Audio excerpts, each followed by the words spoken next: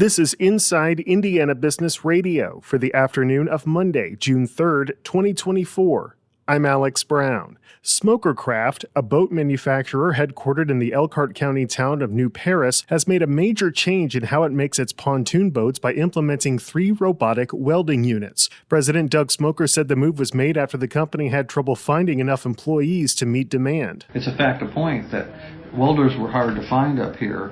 And this helped us in a big way, cutting down the number of hours it took to weld a tube. We still have to have people there to adjust it and make sure everything's good. But you can run that 24/7 if you want.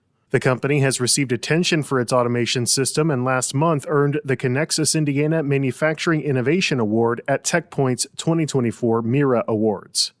Jasper-based German-American Bancorp announced today that it has sold the assets of its subsidiary, German-American Insurance, to Hilb Group, an insurance broker headquartered in Richmond, Virginia. The all-cash deal is valued at $40 million, and all of the subsidiary's employees will be retained.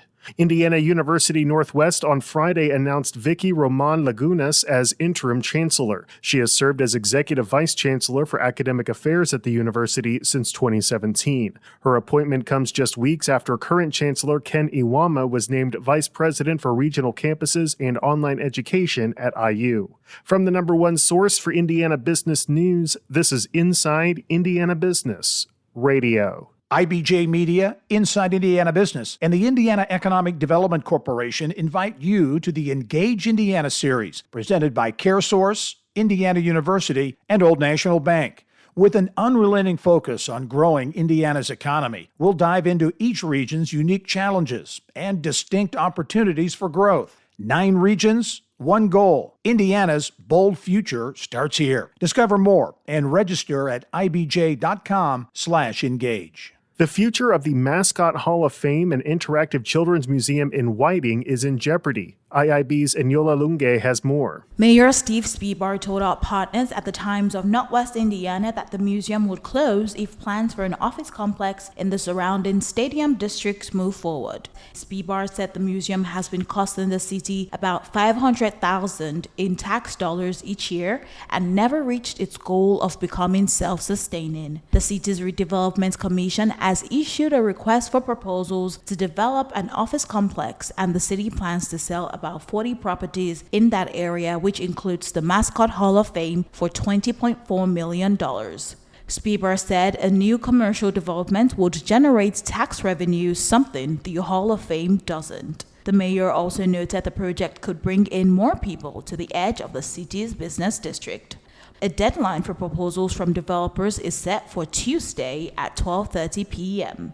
Proposals received by then will be reviewed at the Redevelopment Commission's public meeting later that night. A final selection of the preferred proposal will be announced at another public Redevelopment Commission meeting. Eniola Lunge, Inside Indiana Business Radio. The Gary Chicago International Airport in May celebrated its 500th international arrival, a key milestone amid the airport's growth trajectory that has involved runway improvements, facility expansions, and an acquisition. The airport has increased international operations since opening its Customs and Border Protection facility in 2018. The 63 flights in 2024 as of Friday compares with 58 during the same period a year ago and reflects continued year-over-year growth. The airport set its location 25 miles southeast of the Chicago Loop and customs facility have helped attract international air travelers who do not need to stop elsewhere to clear customs. The CEO of Indianapolis-based Eli Lilly and Company says the increased investment in its future manufacturing operations in Boone County is all about speed. The drug maker announced at last month's Global Economic Summit it was investing an additional $5.3 billion in its location at the LEAP Innovation and Research District, bringing the total investment to $9 billion. Dave Ricks said the proximity to its existing research and development and other manufacturing activities, plus the state's renewed embrace of large-scale projects, were key decisions in making the investment. The currency is speed. As you may know, we've made some useful products, particularly Mounjaro and Zepbound, and we are unable to meet global demand right now. We've not launched in many markets.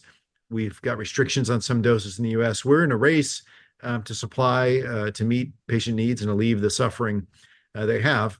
And so we need to work with people who can get things done quickly. Ricks noted while work at the LEAP site near Lebanon is still ongoing, expanding Lilly's footprint there was an easy option. He said conversations with the state on the expansion only started in February.